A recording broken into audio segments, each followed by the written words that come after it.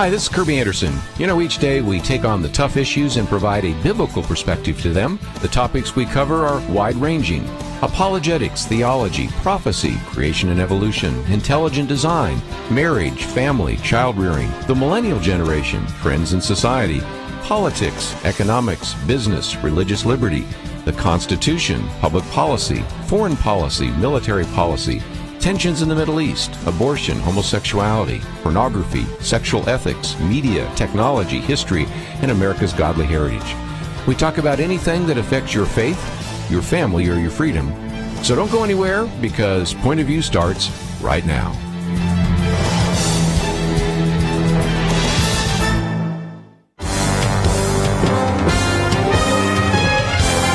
Across America, live.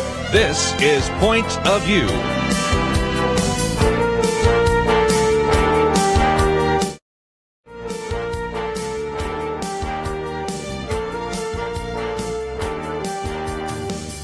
And now, Kerby Anderson. Thank you for joining me today here on Point of View. We have a lot to cover. I might just mention that in the next hour, Josh McDowell will be with us as we talk about his new book, Set Free to Choose Right. But in this hour, we have a chance to look at a number of issues in the news. And, of course, at any point, if you'd like to join the conversation, 1-800-351-1212 is the number to call. And we might start out by looking at this caravan that has been making its way from the southern border of Mexico. Primarily, most of these individuals in this caravan, numbering more than 1,000 people, are making their way to the United States. And now, because of some of the various tweets and other statements by President Trump, it seems that the Mexican authorities have decided to try as best they can to disband the caravan. The organizers saying we're not going to be disbanded, and we'll get into that in just a minute. But the attempt was, of course, to call attention to the plight of those in these Latin American countries, primarily most of them from Honduras, but you can also look at El Salvador, Guatemala, Nicaragua, and many others, who were allowed to cross the border into Mexico, sometimes at border stations where guards had been abandoning it, and so allowing some things to happen that Mexico does not allow. I mean, if you think the United States has official policy that makes it difficult to cross the border from Mexico to the United States, you've never looked at the policies for Mexico, which would prevent those from Latin America to coming into Mexico. So in some respects, this is why President Donald Trump has said that Mexican government has been aiding this. And you might remember even in his initial speech when he was candidate Donald Trump, the first thing he talked about is Mexico sends us not the best people. And, of course, he was vilified for that back then. But nevertheless, we see that this caravan now has begun to disband a little bit because of some of the action from Mexico. Chris Reeves, in his piece in Town Hall, says that the caravan, which consists of over 1,000 members, is being organized by an activist group, Pueblos Sin Fronteras, which is People Without Borders. And he says, as one might expect, the group is not too keen on the idea of immigration laws or state borders. Its official website explains the organization's main aims. And it talks about the fact that they believe that they should actually organize these kinds of events every single year. If you think this was all spontaneous, obviously it was not. It's an attempt to demand their human rights, to provide humanitarian aid to migrants and refugees on the move. And their idea, as it says in their website, our dream is to build solidarity bridges among peoples and turn down border walls imposed by greed. So they're not real big on walls, not big on borders, as you might imagine from the title of the organization, People Without Borders. So we had on March 25th, a caravan first set out from the Mexico-Guatemala border at Tapachula, and then proceeded onward to an internal border control outpost in the small town of Huehuetan. And so as a result, they were moving along the attempt to move northward. And one of the things was interesting, if you saw yesterday on the Facebook account, yes, they have one, People Without Borders Facebook account, they posted a video showing the caravan celebrating as they passed through the post there in Huehuetan, what apparently has been completely abandoned by the Mexican guards. In other words, these are kind of checkpoints, if you will, so as to prevent individuals coming from the southern border. We have a question about people that come from Mexico and Latin America to our southern border. Mexico also has a concern and attempts to prevent individuals coming from some of those other countries into Mexico. And so if this, I think, illustrates only so well the complicity, if you will, of the border guards who weren't even at the border control outpost station, which then, of course, allowed them to just continue traveling northward. Now, this comes from BuzzFeed. Adolfo Flores was traveling with that, and he's the reporter there. And he said, now, Mexico is starting to say that they would let at least some individuals, and those would be like pregnant women, people with disabilities, stay while others must leave. But, of course, the caravan victories say that's organizers say that's a victory already because they want some of these individuals to seek asylum. And so we'll see how that plays itself out. Even if you go to the article there, it talks about Mexico's International or National Institute of Immigration said that it plans by tomorrow to disband the caravan of these more than 1,000 Central American migrants that have been traveling through. And so this is an attempt to try to disband it by providing, at least for some individuals, asylum. So you have hundreds of these migrants, and they've got some pictures here as well, of those who are expected to accept Mexico's offer to allow at least the most vulnerable of those to stay. And a federal delegate with the National Institute of Immigration actually said that humanitarian visas would go to vulnerable groups. These would be like pregnant women, people with disabilities, or people with chronic illnesses like HIV.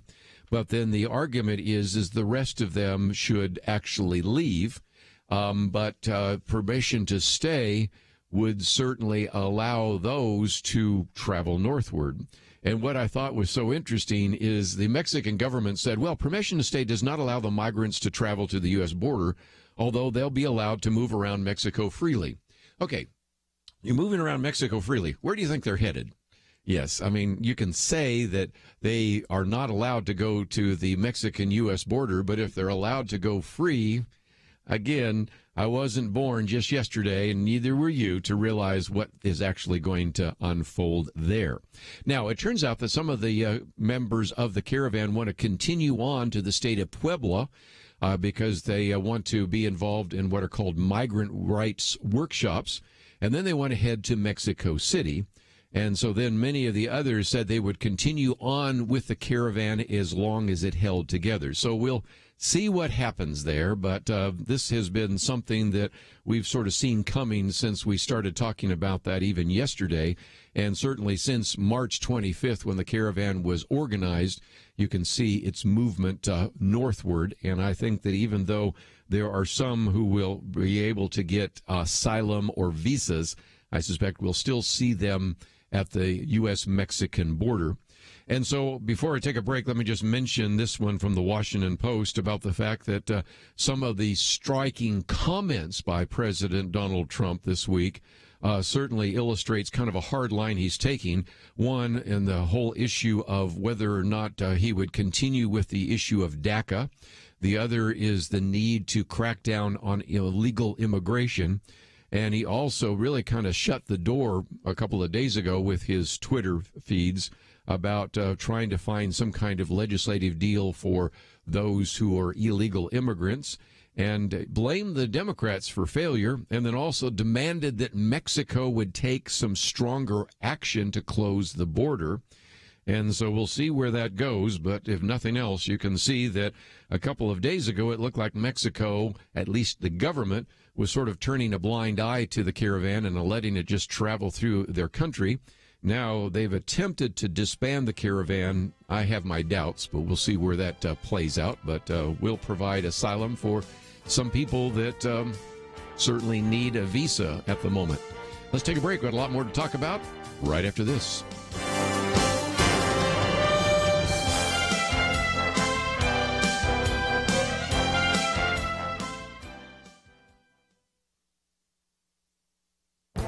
This is Viewpoints with Kerby Anderson. Some commentators are starting to call Generation Z as the screenagers. Let's first define some terms. The Generation Z, also known as Gen Z, are those young people who were born after the year 2000. They are the generation following the millennial generation. Dr. Stephen Finney says that Gen Z is compelled to create personal branding that is riddled with obsessive manicuring regarding their online presence. This compelling act is driven by a fleshly, self-life insecurity called people-pleasing. He has found that this generation is constantly aware, and therefore adjusting, how their peers view them. In other words, they put out a false image of themselves. He has also found out why the text language and other social media communication is so disjointed and nearly impossible to interpret. According to the Journal of Individual Psychology, Generation Z's lower cognitive regions, which stimulate impulse, are constantly being activated by the bombardment of neurological arousal provided by text messages, Facebook updates, and video games. And if you add to that what has been called the Google culture of learning, which assumes that you can find an answer to questions in seconds, you have a generation that finds it hard to think, write, and concentrate. What does this all mean? Dr. Finney concludes that within the next 15 years, we will see an entire generation with memory deprivation, difficulties in processing, lack of ability in proper grammar, attention span issues, and digital addictions. This is what can happen when young people spend too much time in front of a screen. Parents and church leaders need to warn these screenagers of the consequences of being addicted to their digital devices. I'm Kerby Anderson, and that's my point of view. For more information about issues covered on Viewpoints, visit pointofview.net. Pointofview.net.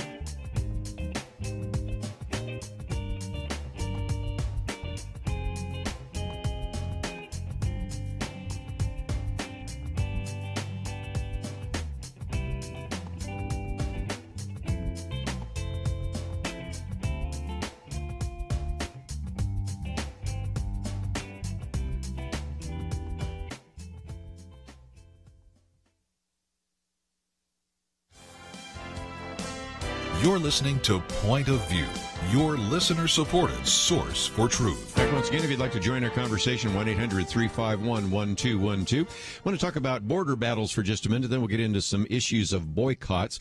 One of the battles, of course, is taking place right now at our border, the possibility of maybe not now 1,000 migrants, but possibly still, again, the attempt by Mexico to break those up. How are we to kind of think about this? And Gary Bauer put out a piece yesterday that said a caravan is coming. And he said, you may have heard the news that roughly 1,000 migrants, mostly from Honduras, are on a long march through Mexico to the United States, being led by an organization called People Without Borders. He says the name tells you everything you need to know, and it is wrong. Borders define nations and their people. And anybody that thinks that's not what their goals are, just simply go to their website, and you can see that they believe that any border is wrong. And that, of course, brings Gary Bauer to saying, wait a minute, he's really, in a sense, trying to warn some of the Christians that are saying, well, of course, we need to welcome anybody that comes to our border. And he says, I suspect many well-meaning people in churches across the country yesterday were talking about this caravan. They may be confused and divided about the appropriate response to the situation. Many were likely told that they are 1,000 hurting people who need our compassion. But then Gary Bauer asked a question. What if the number were not 1,000, but 5,000? What if the number was not 1,000, but 10,000? What if it was 1 million or 150 million? He says there are several billion people who could make a poverty or compassion claim to demand entry into the United States. Every year, we legally admit 1 million immigrants, but 150 million people around the world, according to one of these more recent surveys, around the world want to come here, and we cannot let them all in. He says it's not compassionate to allow more people in the country we can assimilate, nor is it compassion to allow more people in the country than the American taxpayers can support. So, again, one of the things that Gary Bauer says is President Donald Trump is calling out Congress for our lax immigration laws and weak border security policies. He said, good for him. In the days ahead, every politician should be forced to go on the record about what exactly they would do with this migrant caravan and whether they believe that we should be a nation without borders. I would say right now, many of you are involved in various elections. Some of you in the listening audience have obviously already voted, because for those of you, of course, most of you listening right now are in Texas, you've already voted in your primary, but there are other elections taking place. I, for example, will be going to a candidate meeting tonight for city council. Well, you got to say, what does the city think about sanctuary cities? What does the city think about sanctuary states? What does the city think about these kinds of actions? And you can begin to ask even those now that want your vote for the general election where they stand on that issue. And for those of you listening in other states online, you recognize as well that you have an election right now on a primary and need to just really know where people stand on those issues. So that's one of those border battles, but there's another one I'm not going to talk a lot about, but Gary Bauer talks about that as well, and that is the battle between Israel and the Palestinians, and in particular, some of the battles between Israel and Gaza. He said large confrontations between the Israeli Defense Forces and Palestinian rioters occurred over the weekend. Once again, most American media got the story completely wrong, including influential newspapers like the New York Times and the Washington Post. Progressive politicians like Bernie Sanders predictably took the wrong side. He said to read the media accounts, you would think that peaceful Palestinians being held hostage in Gaza by Israeli border restrictions gathered to hold picnics and nonviolent demonstrations demanding that their land be returned. He says that's fake news.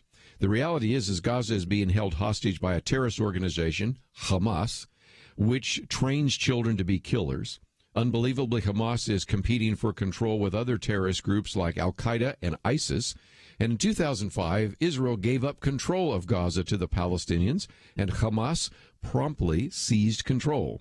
Does Israel get peace in return for this tremendous concession? No, it only got more terror, including 3 wars in 6 years. Israel guards its border with Gaza because there have been repeated waves of terrorist attacks involving Palestinians from Gaza entering Israel, armed with suicide vests and killing Israelis on buses, at schools, synagogues, restaurants, and the rest. The week does not go by without terrorists being captured trying to infiltrate Israel from Gaza. And Hamas and other terrorist organizations, including a sizable portion of the Gaza population, are not making claims on more additional land. They're claiming all of Israel.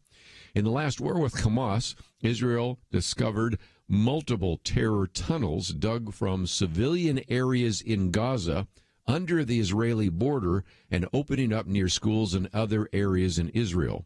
These tunnels have one purpose: to invade Israel in a sneak attack and inflict massive civilian casualties. Matter of fact, we did a whole program on these terror tunnels and how they were developed and the impact that could have on the security of Israel. And it just illustrates, again, one of the challenges that Israel faces, not just from the West Bank and not just from Syria in the north and the Golan Heights, but also from the Gaza Strip, which actually is in the, if you will, kind of southwest corner of Israel as well. Then Gary Bauer goes on to say that Israel restricts what can be shipped into Gaza because cement and other construction items are not being used for schools, hospitals, roads, or homes. Instead, Hamas often uses these materials to build terror tunnels, bunkers, and other military facilities. It is in this context, he says, that Hamas and the Palestinian Authority announced that tens of thousands of Palestinians would gather at the border to march into Israel to retake their land. These demonstrations will supposedly culminate on the 70th anniversary of the founding of the modern state of Israel in May. So again, we can already see some things. We can see this caravan coming from the south that tells us we're going to be talking about immigration, certainly over the next couple of weeks. And I can guarantee that in May, we're going to be talking about what could be almost a full-scale war between Hamas in the Gaza Strip in Israel on the 70th anniversary of the founding of Israel. Anyway, let's get back to Gary Bauer real quickly. He says Israeli intelligence has intercepted information alerting them that multiple terrorist cells plan to infiltrate the crowds, using them as human shields. For Hamas, it is a win-win situation. Either they succeed in launching attacks against Israeli civilians and troops, or if Israel stands firm and Palestinian civilians are harmed in the process, Hamas propagandists will allege Israeli war crimes. Of course, there's no shortage of leftist American politicians and reporters ready to take up the propaganda line and blame Israel, but that really isn't surprising. These are the same forces that don't want us to protect our border either. So we may have a border battle right now because of what looks like peaceful caravan coming from Honduras through Mexico to our southern border. But can you imagine living in Israel, having traveled there twice? It is something where your country is always on a state of alert. You're always fearful that the individual that gets onto that bus who has a coat on in warm weather, whether there's not a suicide vest strapped underneath him or her. And this is a group that oftentimes will prevent the Israelis from even attacking those military outposts in Gaza because they use other civilians as human shields. They actually have their outposts in schools and in hospitals. So any kind of attack is just almost going to guarantee some kind of civilian death, and as a result, that can be then used in the propaganda wars that are taking place. So just a little bit about some of the border battles. Ours are more intellectual battles.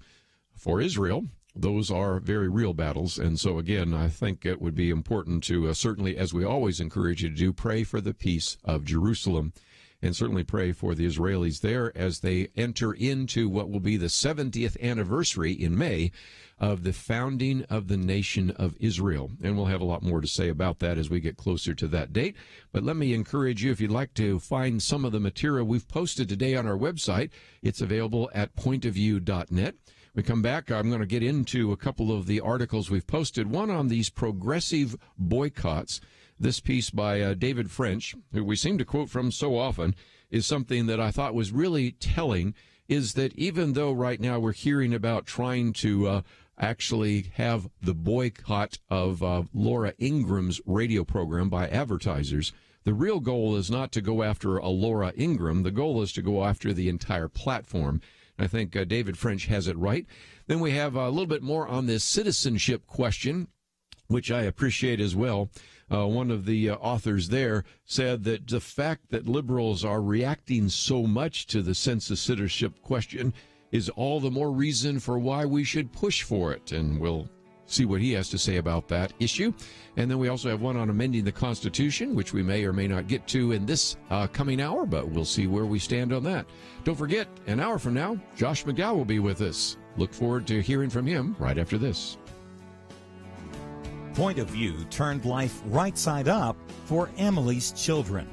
Emily listens in Illinois. She and her husband blissfully sent their children off each day to what she called our small, quaint public school until Point of View led them to watch the documentary Indoctrination. She said, "We came to realize the need for us to educate our children at home. We want their education to be built on the solid foundation of Scripture." Emily said that would not have happened were it not for Point of View's bold consistency of shining light on public education. Your support for Point of View changes the future for children like Emily's. It leads people to start schools and ministries and businesses that change lives. How has the Truth Team impacted you? Please invest to bring truth to other families like Emily's. Support Truth today. Visit pointofview.net/team or call 1-800-347-5151. 800-347-5151 and pointofview.net/team. Point of View will continue after this.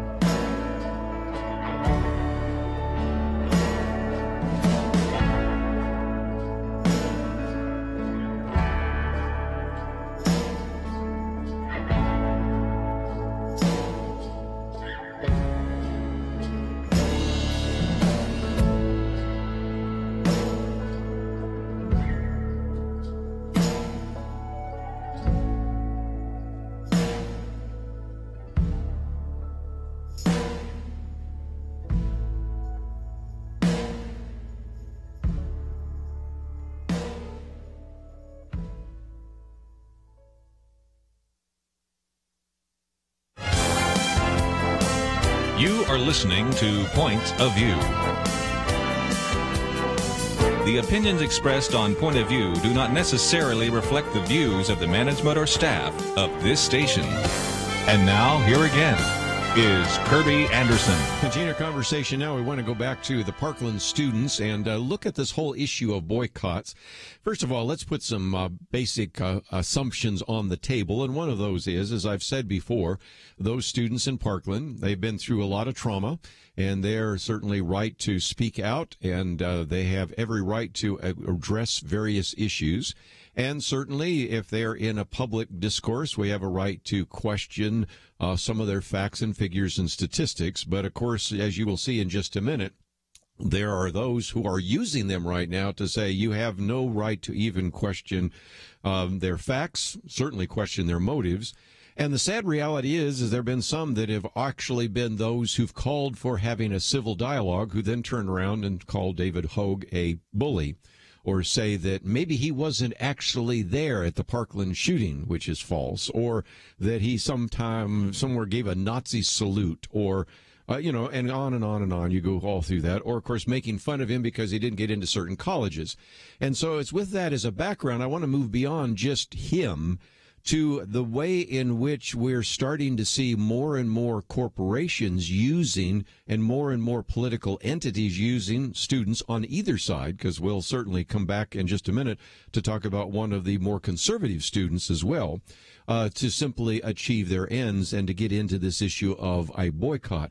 David French, in his piece that we've posted here, says that David Hogue isn't a bully, his adult allies are. And he says, let's begin by stating the obvious. There's not a single American corporation, media entity, or adult activist that actually takes direction from David or any other Parkland victim.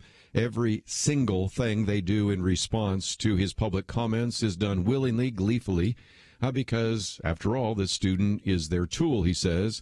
He's their sword and shield. He is their excuse for doing exactly what they want to do. Let's recognize when he calls for a boycott of Laura Ingram's show, nobody has to listen to that, and yet a dozen individuals haven't done exactly that, entities of some sort or another. He says, by now we know how this pitiful game works. He, egged on by cheering adults, says vicious, cruel, and often false things about his political opponents, and they cheer all the louder. They love it. They can't quite get enough of it. In this way, then he's an expression of the liberal id, a person who destroys the opposition in ways are far more savage and intended far more personally than anything you'd see maybe from your late-night television host. That's the sword. The shield comes when a conservative takes the bait. All the slicing and dicing and insulting and trolling causes this inevitable backlash. You get the unhinged backlash, crisis actor, the mean backlash, laughing at his college admission struggles, and then the thoughtful backlash, he's right to his rage and pain, but he's still wrong on substance. Yet for all too many activists, any criticism is, quote, attacking the Parkland kids. And so David French goes on to talk about this particular boycott against Laura Ingram.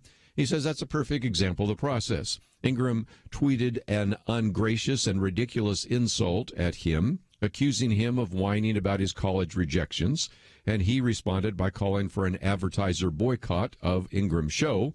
She apologized. He rejected her apology, and today more than a dozen companies have pulled their advertisements from Ingram's show. So here we are once again, says David French. While advertisers, of course, have every legal right to boycott, the response to offensive speech in the marketplace of ideas isn't better speech, but rather an effort to use raw economic power to punish your political enemies.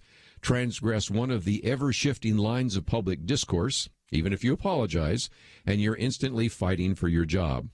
And, of course, what he says is that Hogg isn't the bully here. His powerful allies are. They built this culture. It's the culture of progressive corporate boardroom, the progressive academy, and all too many sectors of media and the arts. In this culture, he is a weapon to wield so long as he's, remember this word, useful. He's the latest in a long line of victim activists who spend their time as the face of an immense movement pushed forward by the media until the moment when the news cycle moves on or other victims emerge or other outrages inflame the masses. Right now, he's the darling because he's useful. Will he be in the future? Well, we'll see. But nevertheless, he says that in this particular piece that sometimes the conservatives have actually copied this culture, because just as the left has put forward David Hogg as one of the principal faces of the gun control movement, conservatives have found their champion in young Kyle Kashuv. And Kyle's public voice has been generally more informed and even-tempered than Hogg's. There are disturbing signs that adults are starting to wield him as a similar weapon. You know, for example, after one of the Newsweek writers was critical of him, then he sounded like he was calling for a boycott of Newsweek or of MSNBC or something else. And what David French says, this is a classic example of people saying, well, you need to fight fire with fire, or you need to make the other side live up to its own rules. But this particular game, there are no rules. The existence of a rule implies at least a measure of good faith. There's only power and the rules crafted after the fact to justify the exercise of the power. So he says, thus, when you like a boycott, as so many conservatives relished calling the boycott of NFL last year, it's free speech and activism in action. When you hate a boycott, as conservatives hated efforts to boycott Hobby Lobby and Chick-fil-A, it's a politically correct opposition to life. The same goes for corporate activism. The same progressives who relentlessly mock the idea that a corporation like Hobby Lobby could have religious beliefs express near reverent respect for the corporate values of companies that have led wave after wave of economic boycotts. And, of course, the same goes for victims and activists. First, the complaint is the media are using children to advance their agenda. Then the complaint morphs into a lament that some victims are apparently more equal than others. Finally, we end up with competing victims on competing channels. After the first wave of sympathy and shock, it all gets very cynical very quickly. Namely, like the Jersey Girls or Cindy Sheehan, remember her moral authority was absolute come and go, only the culture wars remain. I hope someone is talking to these Parkland kids, telling them the cold, hard truth. The vast majority of their new friends love them because they are useful. If they deviate 1 inch from the tribal lines, they'll quickly learn how scarce their true friends are. Teens are powerful only when they agree with powerful adults. This is an adult fight, and it has been one from the beginning. The entire column, I just summarized much of it by David French, is on our website, pointofview.net. And as we've said before, one of the concerns I've had is that you always have people talking about civility. My commentary on civility comes out on Monday. And as a matter of fact, one of the people we're going to have in studio as we do our Truth Team Week is an individual that has been a real proponent of having a civil dialogue, and that's Foster Freeze. And he'll actually be in studio with us and has put his money where his mouth is on a number of different occasions talking about civility. But many times what we've seen on the progressive left are those who have talked about civility but done everything they can to undermine what they meant by that. The president, the former president of the United States, certainly fits into that category. The current president fits into that category. And now, as we just pointed out a minute ago, I think some of the conservatives have been as guilty of that as well. On the one hand, they say that we should have a civil dialogue, but when you refer to him as a high school bully and you start sliming David Hogg, well, there are consequences to that as well. Some, as I said, speculated that he wasn't in school the day of the shooting. That's just, completely erroneous. Some have said that one of the Parkland students tore up a constitution. No, that didn't happen either. And these ideas get spread far and wide, some of those from oftentimes fringe groups, but other times in these cases we're talking about pretty much mainstream conservative individuals that speak at CPAC and other conferences and conventions and things of that nature. And so, to me, I think the real test of civility is how you respond when someone does not treat you in a civil manner.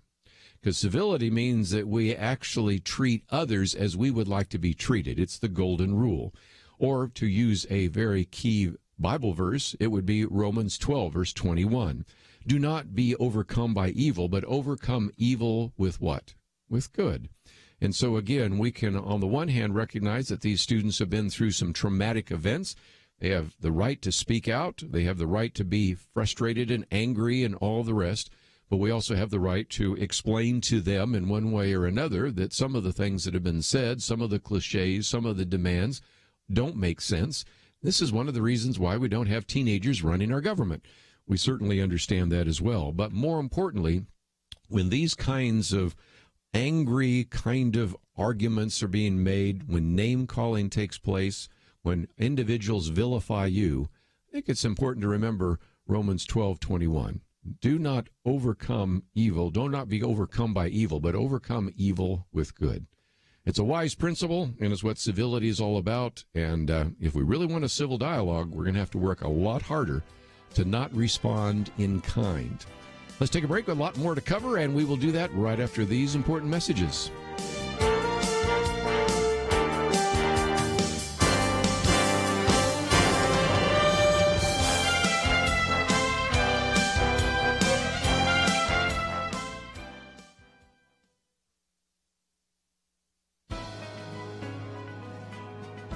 Welcome to the First Liberty Briefing. I'm Jeremy Dice. Veterans memorials are symbols meant to remind the living of the service and sacrifice the fallen made for freedom. That is why Gold Star Mothers in 1919 started work on the Bladensburg World War I Veterans Memorial. They did not want the world to forget the sacrifice their sons made, so they, along with the American Legion, erected a cross-shaped memorial. The design mirrored the universally accepted symbol erected over the thousands of graves of men who died in Europe defending freedom. No one complained for almost 100 years. Recently, the U.S. Court of Appeals for the Fourth Circuit refused to overturn an opinion of a panel of that court that would direct a federal district court to consider whether the monument should have its horizontal arms removed or be razed to the ground completely. Such a decision sets a dangerous precedent for veterans memorials across America. If this decision stands, other memorials will be targeted for destruction as well. First Liberty Institute will appeal this case to the U.S. Supreme Court on behalf of its clients, the American Legion.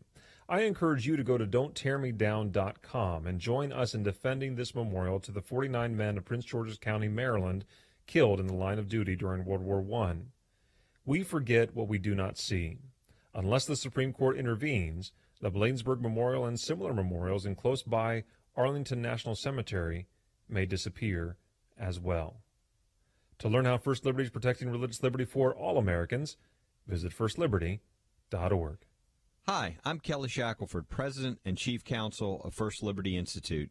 I hope you enjoyed this episode of First Liberty Briefing. You can learn more amazing stories about how everyday Americans are standing up and saving religious freedom. Just visit firstliberty.org. You'll be inspired, educated, and informed.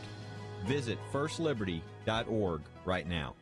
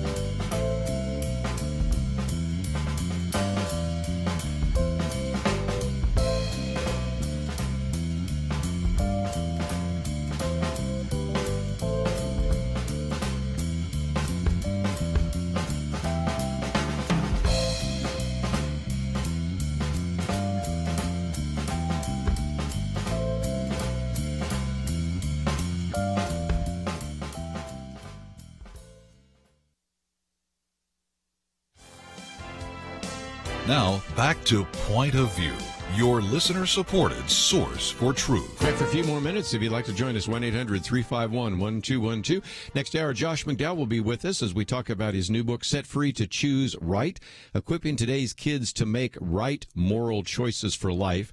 We'll be talking about making good ethical decisions. Of course, a fair amount will also come from the research that he and the Josh McDowell organization have done about pornography and about sexting and a variety of other things. In some respects, the two two come together, because making right choices in that regard certainly will affect all sorts of other right choices you'll make in your life. So we'll spend an hour with him by phone, and then, of course, the last hour we'll open up for some other comments. So if you'd like to join us at any point, 1-800-351-1212. Just before we end this hour, let me talk about this citizenship question. We talked about it a little bit last Wednesday, just briefly, hardly even got into it because we focused on other topics, but Nick Pitts was with us and Brent Taylor, and I remember off air, Nick and I were talking about this, and he said, I could make a case for or against asking the citizenship question, and I said, I'm kind of the same way. It's almost like a coin flip. But the more I've gotten into it, the more I realize that what Scott Moorfield says in this particular column may be true. The title of it is "The Reaction of Liberals to the Census Citizenship Question is Why We Should Push It All for All Costs." In other words, the fact that there's been such a strong reaction against it makes you sort of pay attention to, well, okay, what is exactly going on here? And he explains this in some detail. In the interest of time, I won't read all of it. But point of all, he points out the fact that, of course, you've had the Attorney General in the state of California, and now since then New York and a number of other states, mostly blue states, that have actually filed a lawsuit about this. And so Scott Moorfield tries to at least put some perspective on that, because he said, first of all, never mind that the Justice Department asked, and he puts in capital letters, asked the census officials to include the question so they could better enforce the Voting Rights Act. By the way, if you were listening yesterday, I read from a piece that came from the editors of the Wall Street Journal that said, we don't even like this question because what happens is it's really an attempt to continue to try to judge individuals on the basis of race. And I want to get into that maybe in the next day or two if we have some time, because when we start counting by race, it becomes more and more difficult in the census to know which box to check. I've used the example before of Tiger Woods. I mean, what boxes could he check? White, black, tie. I mean, he could check quite a few. And, of course, we don't have right now Hispanic as a listed. If you're Hispanic, you are claimed as white, and then you go back and hit the button further down on all of that. But even in my own neighborhood, I have a couple of different neighbors where the husband is black, the wife is white. And what is the children? Which box or boxes do the children click? Because, after all, you've got a lot of mixed racial families.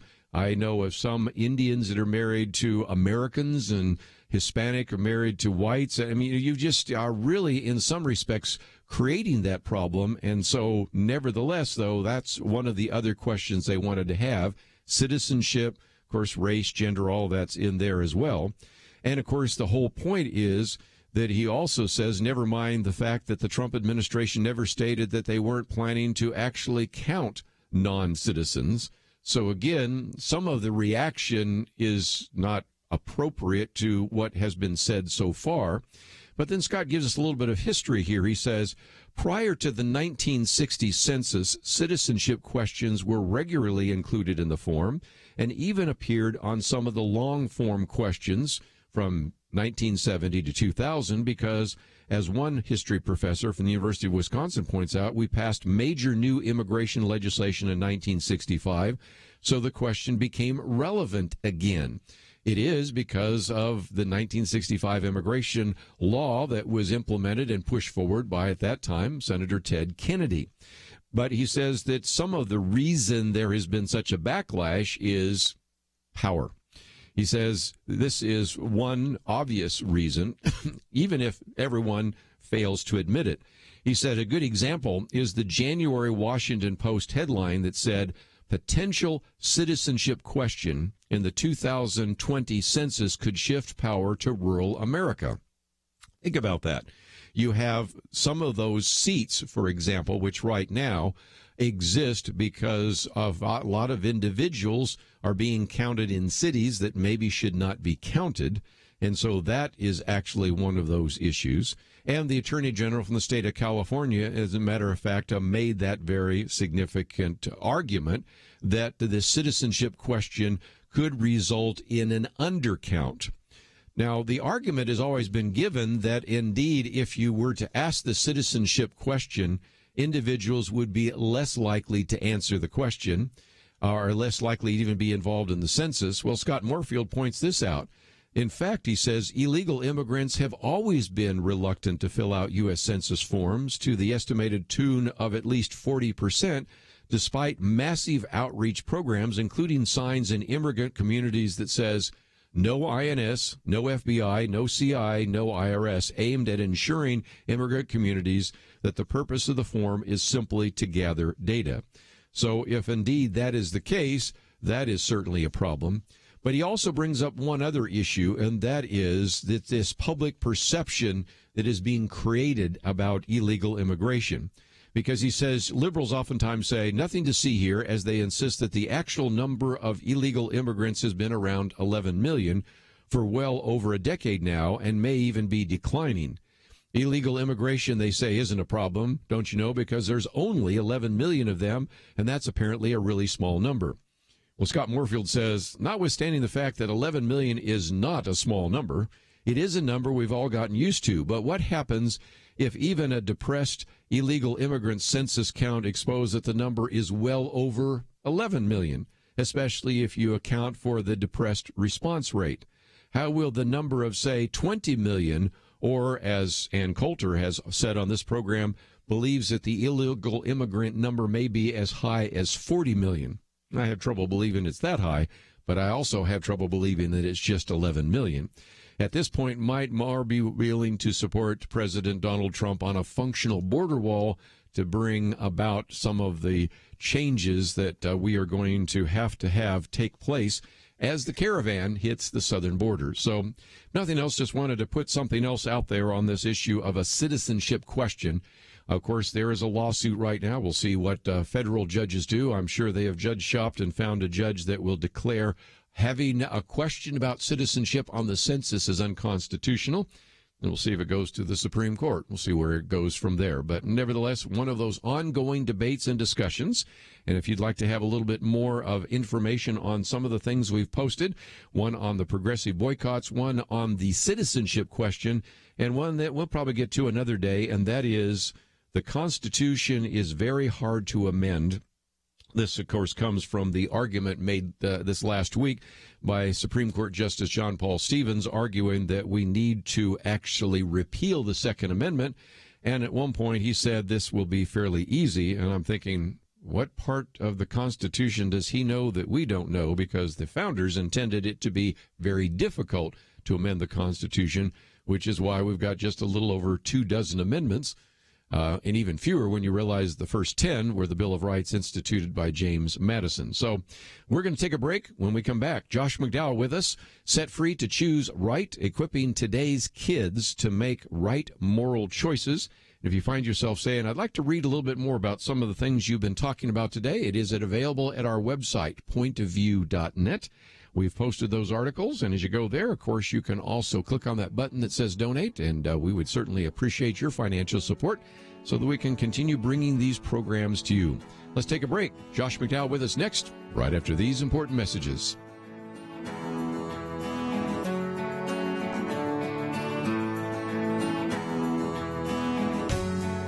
Point of View Radio has been changing lives for a generation.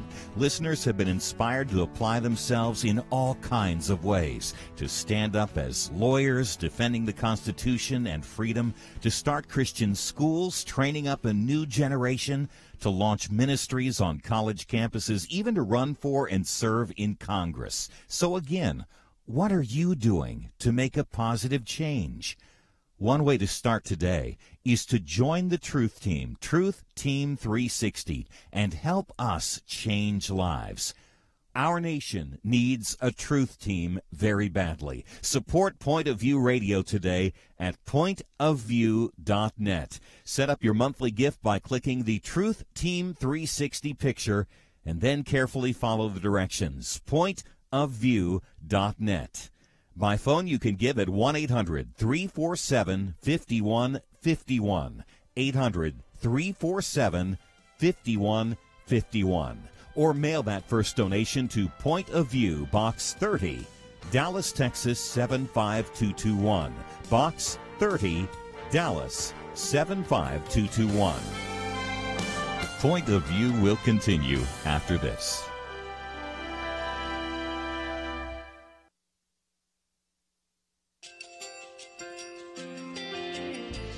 I just want to thank you so much for all the wonderful programming you have.